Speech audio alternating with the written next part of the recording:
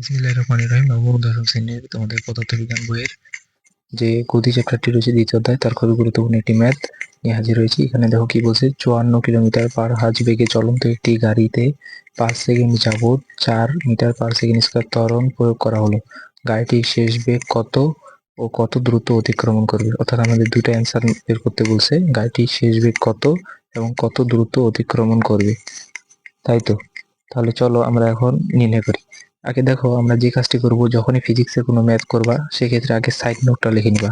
কেন, দেখবা যে কোন কোন মান দেওয়া আছে। এখানে দেখো, এত বেগ মানে হচ্ছে এটা আদি বেগ 54 কিলোমিটার পার হাজ, এটা হচ্ছে আদি বেগ দেওয়া আছে 54 কিলোমিটার পার হাজ। আমরা জানি, আমরা কি জানি, গতির ক্ষেত্রে আমাদেরকে কি কোথায় কিলোমিটার পার হাজারটাকে এটাকে তোমার নির্ণয় করতে হবে মিটার পার সেকেন্ডে। যে কাজটি করতে পারি আমরা, 54 × 1000 ডিভাইডেড বাই 3600 সেকেন্ড দ্বারা ভাগ করলে আমরা পাই যাব হলো মিটার পার সেকেন্ড। যদি এটা ক্যালকুলেশন করে কি আসে দেখো, এখানে দুইটা শূন্য কাটা, উপরে 10 আর 54, 10 × 54 ডিভাইডেড 36 থাকে হলো 15। তাহলে আদিবেগ কত? আদিবেগ 15 মিটার পার সেকেন্ড। এবার লক্ষ্য করো, আর কিসে কিসে মান দেওয়া আছে। এখানে 5 সেকেন্ড মান দেওয়া আছে, অর্থাৎ টি এর মান দেওয়া আছে 5 সেকেন্ড, এবং এখানে ত্বরণ বলা আছে 4 মিটার পার সেকেন্ড স্কয়ার ত্বরণ প্রয়োগ করা হলো 5 সেকেন্ড যাবত। তাহলে ত্বরণের মানটা দেওয়া আছে, তাই তো। ত্বরণের মানটা কি দেওয়া আছে? 4 মিটার পার সেকেন্ড স্কয়ার। এখন আমরা প্রশ্নে যাই। এখন প্রশ্নে বলছে গাড়িটির শেষ বেগ কত। অতএব গাড়িটির শেষ বেগ, প্রথমে শেষ বেগ নির্ণয় করি। এখন লক্ষ্য করো, আমাদেরকে শেষ বেগ বলতে কোন বেগটা কথা বলা হয়েছে। গাড়িটা যখন থামে যাবে তখন তখন তো শেষ বেগ হলে তাহলে তো শূন্য হবে, আমাদেরকে তখনকার শেষ বেগের কথা বলেনি। আমাদেরকে এই প্রশ্নে লক্ষ্য করো, 54 কিলোমিটার পার হাজ বেগে চলন্ত একটি গাড়িতে 5 সেকেন্ড যাবৎ 4 মিটার পার সেকেন্ড স্কয়ার ত্বরণ প্রয়োগ করা হলো। এই যে ত্বরণটা যে প্রয়োগ করলো, তারপরেই যে আর কি ত্বরণটা প্রয়োগ করার পরে যে গাড়িটা স্পিড আরো চলে গেল, তখন গাড়িটার কত বেগ ছিল সেটা নির্ণয় করতে বলছে আমাদেরকে। এক্ষেত্রে দেখো, আমাদের কিসে কিসে মান দেওয়া আছে, ইউ টি এ। এক্ষেত্রে আমরা গাড়িটার যেহেতু বেগ নির্ণয় করব, তাহলে এগুলার সাথে কোন সূত্রটি সম্পৃক্ত রয়েছে?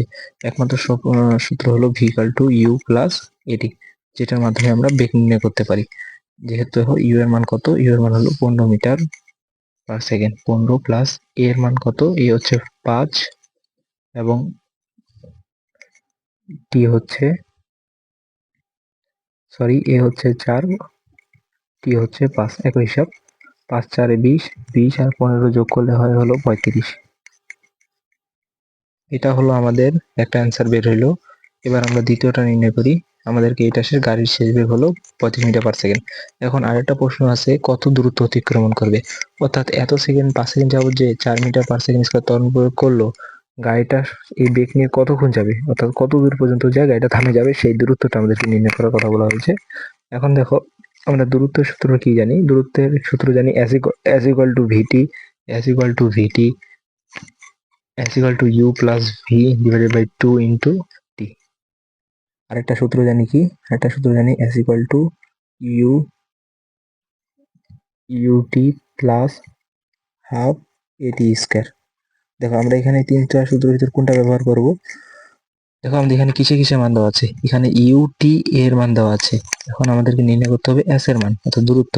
এখন দেখো, এখানে তিনটা সূত্রের ভিতর কোথায় ut এর মান দেওয়া আছে, অর্থাৎ এখানে দেখো এই যে 3 নম্বর সূত্রটা, ইউ এর মানও ব্যবহার করতে পারবো, টি এর মানও ব্যবহার করতে পারবো, আবার এ এর মানও আছে। তাহলে এই 3 নম্বর সূত্রটা ব্যবহার করব। তাহলে আমরা কি জানি, দূরত্ব s equal to ut plus half at square. U এর মান কত, ইউ এর মান 15, টি এর মান 5, এখানে হাফ, এর মান কত, এর মান হলো 4, টি স্কয়ার, টি এর মান হলো 5, 5 এর স্কয়ার করলে হয় হলো 25। এখন এটাকে ক্যালকুলেশন করি, 5 15 কত হয় 75, 5 15 75 প্লাস এখানে 2, এখানে 2, তাহলে 2, 25 × 2 = 50। তাহলে এখানে ক্যালকুলেশন করলে হয় হলো এখানে ক্যালকুলেশন করলে হয় হলো 125 মিটার। এটাই হলো আমাদের অ্যান্সার। আশা করি বুঝতে পারছো। কোনো কিছু বুঝতে অসুবিধা লাগলে অবশ্যই কমেন্টে জানাবে। দেখা হবে কোনো পরবর্তী ভিডিওতে। ধন্যবাদ।